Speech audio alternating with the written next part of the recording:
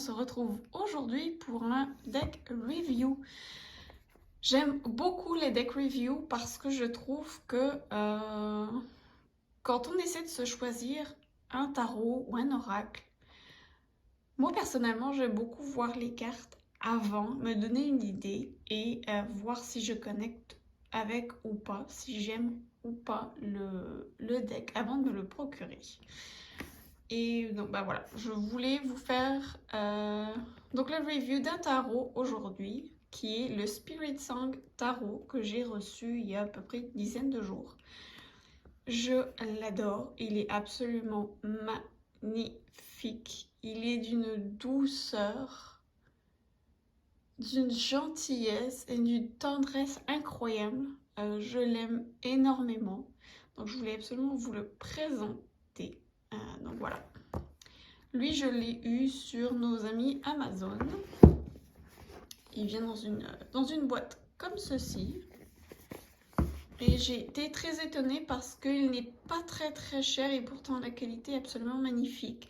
Alors malheureusement, je crois qu'il est uniquement en anglais. Je ne l'ai pas vu et je ne lui connais pas de version française non plus. Alors si je me trompe, n'hésitez pas à le dire en commentaire, ça fera plaisir. Donc, on ouvre. Alors là, les petits livrets qui viennent avec. Regardez comme c'est vraiment beau. Les couleurs sont tellement douces. Honnêtement, c'est un livret qui est très bien fait, qui donne un peu des exemples au départ de tirage, et puis par la suite, qui donne la signification des cartes.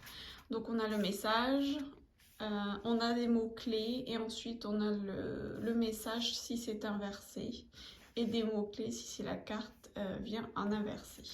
Voilà. Je ne vais pas non plus m'étendre là-dessus. Je pense que le principal, ce sont les cartes en elles-mêmes. Voilà le dos. Quand je vous dis qu'il est vraiment doux, ce tarot. Alors voilà, il se présente comme ceci. La qualité des cartes, moi je l'adore personnellement. Elles sont belles, elles sont douces, légèrement brillantes, mais honnêtement pas tant que ça. Voilà, le dessin je trouve très joli, fleur de lotus. On peut vraiment pas faire la différence s'ils sont à l'envers ou à l'endroit, ça c'est sympa aussi. Donc voilà, puis au niveau, moi je trouve qu'au niveau de la prise en main et puis du mélangement ou du mélangeage, je suis sûre que j'invente un mot là. Mais ça se fait super bien, honnêtement, elle glisse merveilleusement bien. Au vu du prix, je me demandais vraiment si la qualité allait être bonne, mais honnêtement elle est absolument excellente, il n'y a rien à redire. Alors, je vais vous les montrer toutes une par une, comme ça vous allez vraiment vous faire une idée. Donc voilà les cartes, elles sont toutes comme ceci. Elles sont vraiment belles, magnifiques, et puis elles ont toutes ici 2 mots-clés sur toutes les cartes. Donc je trouve ça vraiment génial, super bien fait. Donc je pense que même pour quelqu'un qui débute dans le tarot, il peut être vraiment sympa. Puis vous allez voir, toutes les cartes sont absolument magnifiques. On peut vraiment se baser sur les dessins aussi. On peut travailler son intuition avec là-dessus. Je l'aime vraiment beaucoup. Donc on va y aller. Là on a les arcanes majeurs. Donc on a The Traveler, donc le fou,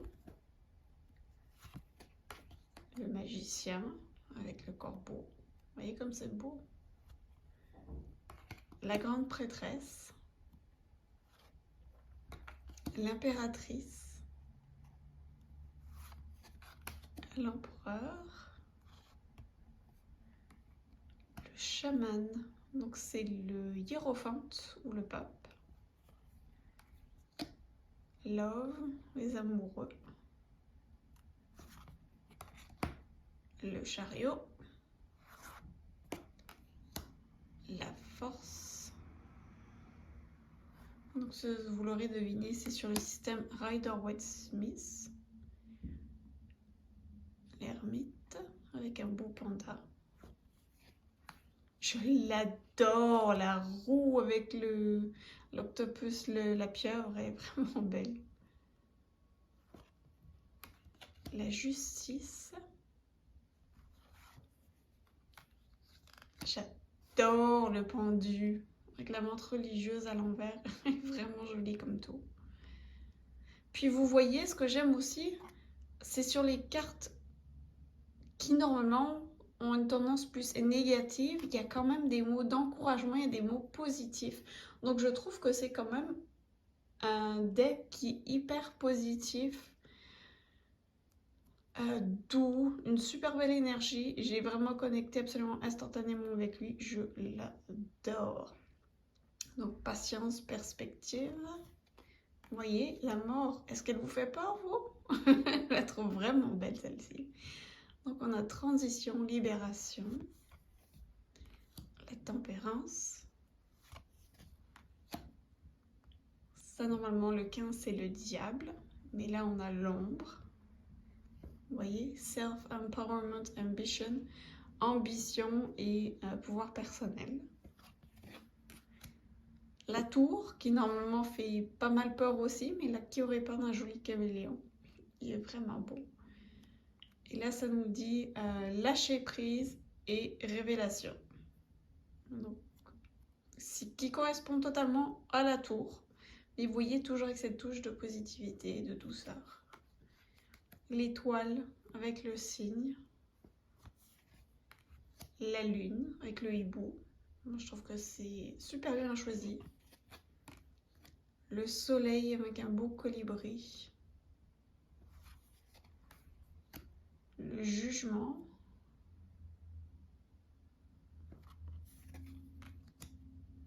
Et le monde avec la baleine.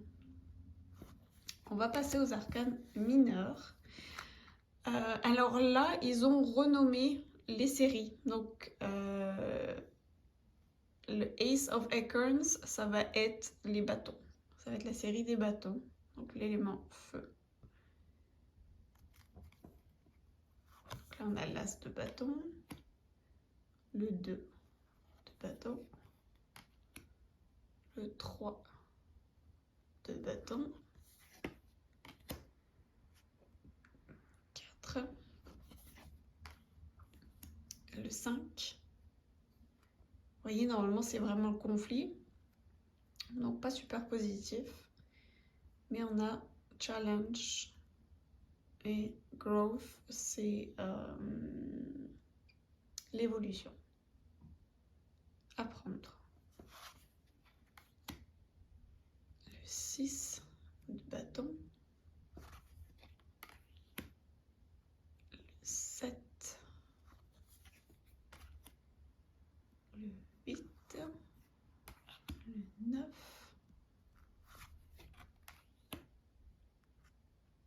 Le 10.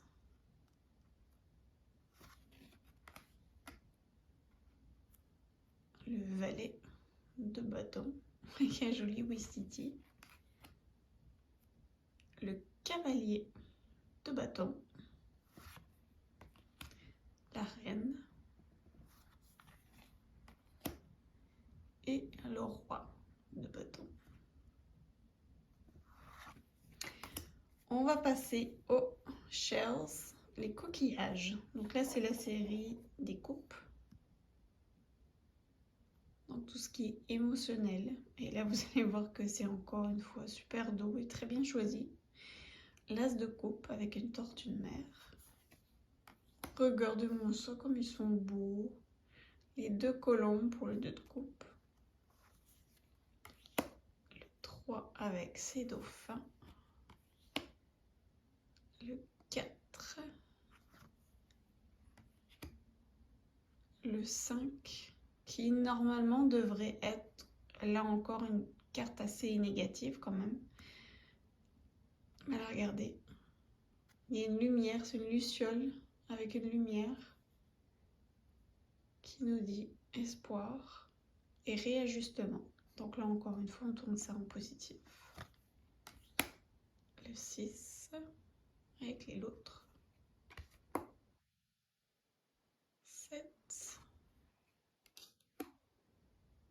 le 8,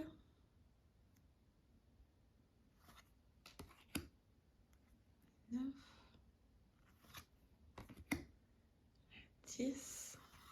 Donc c'est pas mal tous des animaux qui sont vraiment liés avec l'eau aussi.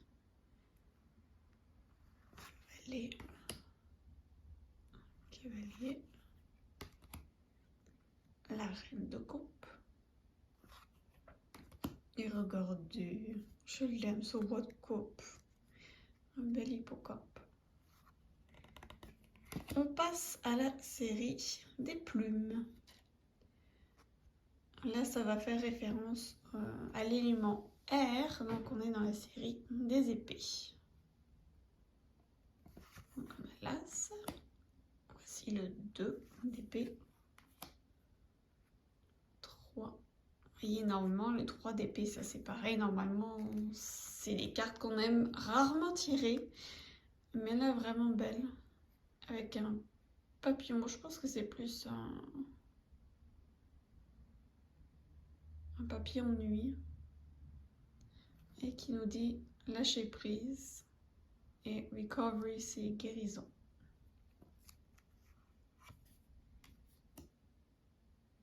Le 4. Le 5 d'épée avec stratégie et résilience. Le 6. Le 7. Là encore, normalement, c'est quand même une carte qui d'habitude signifie la tromperie, le vol, la perte. Et là, on a préparation. Resourcefulness. Je suis pas sûre qu'il y ait une bonne traduction en français, mais c'est être plein de ressources. Le 8 d'épée, avec courage et solution. Le 9, avec perspective et pouvoir personnel. Le 10 d'épée, avec le serpent, qui dit guérison et transformation. Donc là encore, c'est super bien vu. Un excellent choix également d'animal. Il a encore super doux. Le valet d'épée. Le cavalier d'épée. La reine d'épée. Le roi d'épée avec un beau lieu. Et enfin, il nous manquait la série des deniers. Et là, c'est représenté par les cristaux. Donc là, on a l'as de denier avec un beau panda. Le 2. Le 3 de denier. Le 4 de denier. Regardez cette belle coccinelle pour le 5 de denier. Persistance, nouvelle possibilité.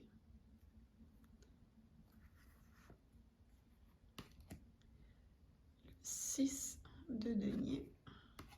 Le 7. Le 8 de denier. Le 9 avec l'araignée. Le 10. Le valet de denier. Cavalier de denier. La reine de denier. Et on finit par un roi de denier avec le tigre. Voilà, j'espère que cette review de ce Spirit Song Tarot vous a plu. L'autrice Paulina Fay, j'espère que je prononce bien son nom. J'espère que vous aurez apprécié. Je vous souhaite une excellente journée et on se retrouve bientôt pour un prochain deck review. Passez une belle journée. Ciao!